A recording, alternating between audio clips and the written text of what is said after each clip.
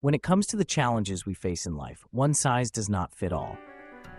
Every person's journey is shaped by unique experiences, backgrounds, and aspirations.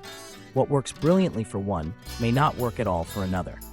In education, for example, some students thrive in structured environments, while others excel in creative, flexible settings. In the workplace, a strategy that motivates one team member might leave another feeling uninspired. This diversity is not a weakness, but a strength, an opportunity to tailor solutions that respect and celebrate individuality. Consider the world of health and wellness.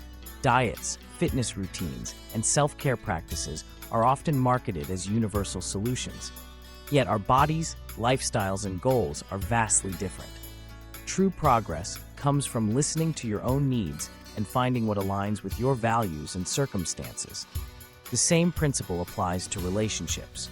Advice that transforms one partnership might not resonate in another, because each relationship is a blend of personalities, histories, and dreams. Recognizing that one size does not fit all encourages empathy and open-mindedness.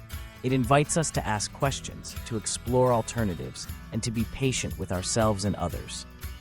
Instead of feeling pressured to conform, we can seek out paths that honor our uniqueness.